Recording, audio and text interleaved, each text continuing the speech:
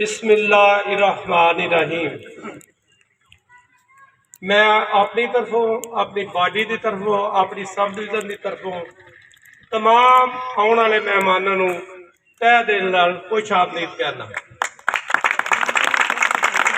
खसूस बिलखसूस जनाब चेयरमैन मोहम्मद इकबाल डार साहब, साजिद डार साहब, इन्हों मैं तह दिल नाल मशकूर हाँ कि यासर भट्टी साहब, मनीर भट्ट साहब, कोई दोस्तां नूं मैनूं ना नहीं आंदा। चलो सारिਆਂ ਨੂੰ अपनी तरफों मैं खुश आमदीद करना जिहड़े इस साड़ी रौनक शामिल होए और उन्हें दुबाला किया। मैं चेयरमैन साहब की सादत के नाल तुहाडे गोशगुजार चंद गुजारिशात पेश करना चाहना। चेयरमैन साहब, असी तुहाडे ग्रुप या Pakistan labour hydro water hydro गैपको हाइड्रो इलैक्ट्रिक लेबर यूनियन शामिल इस वास्ते नहीं होए कि सानू कोई अपने जाती मफाद ने। असी खसूस बिलखसूस अपनी लेबर के कमां की खातर लेबर के हकूक सलब ना होने दिते जान और उहदे वास्ते सानू तुहाडे तो बेस्ट चॉइस को नहीं नजर आई।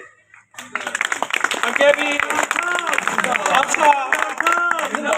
20 साल तो असी तुहाडे नाल बराह रास्त साडा राबता नहीं रहा, लेकिन सुनते रहे कि डार साहब आ काम किया, डार साहब आ काम किया।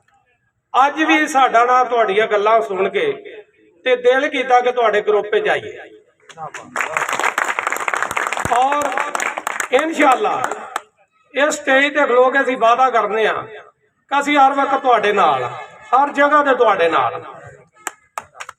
लेकिन चेयरमैन साहब, जदों लेबर का कोई मसला आना है उहदे वास्ते असां अपना पैर 1 इंच भी पिछे नहीं करना और तुहाडे कोलों अपनी लेबर नूं हक लैके देना। और मैं इस गल का मेरा यकीन भी है, मेरा ईमान भी है कि तुसीं मेरियां इन्हां गल्लां नूं अपने दिल जगह दिओगे और इन्हां मजदूरां दा ख्याल रखो दे। अरसा 8 साल तो गैप जिहड़ा आया या 10 साल तो मैं अपने दिल नाल समझना कि असी उस तरीके नाल लेबर की खिदमत नहीं कर सके। डार साहब, रब ने तुहानूं दोबारा मौका दिता है ते मेहरबानी करके इस अवाम की, इस लेबर की इन्नी खिदमत करो। असी भी तुहाडे नाल हां कि सानू इन्हां नूं कल लेबर नूं दसना बना पवे कि आ साडे लीडरां ने काम कीता है, बल्कि लेबर सानू खुद आके क्या तुहाडे लीडरां ने काम किया। असी इन्हां उम्मीदां नाल तुहाडे नाल कंप्रोमाइज कीता है, तुहाडे ग्रुप में शामिल हाँ, हर जगह ते तुहाडे नाल हाँ और इंशाअल्लाह लेबर का जिहड़ा काम है उहनूं अहमियत दी जाए।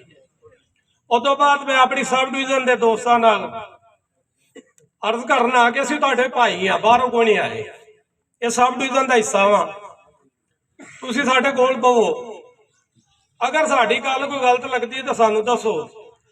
ये लेकिन इन्हां मसाइल का हल जिहड़ा होना चाहिए, लेबर की इज्जत अफजाई होनी चाहिए, चाहे वह किसी फोरम तो भी होती। लेबर जिहड़ी एक साडा असास है, इहदे तो बगैर असीं कोई चीज़ नहीं। ते लेबर का काम जिहड़ा ना डार साहब, वो मेहरबानी फर्स्ट प्रायरिटी ते आखिरी प्रायरिटी होगी।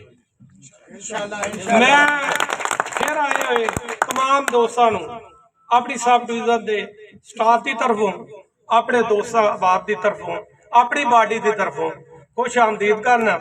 अल्लाह ताला तुहाडा ते मेरा हामी नासर।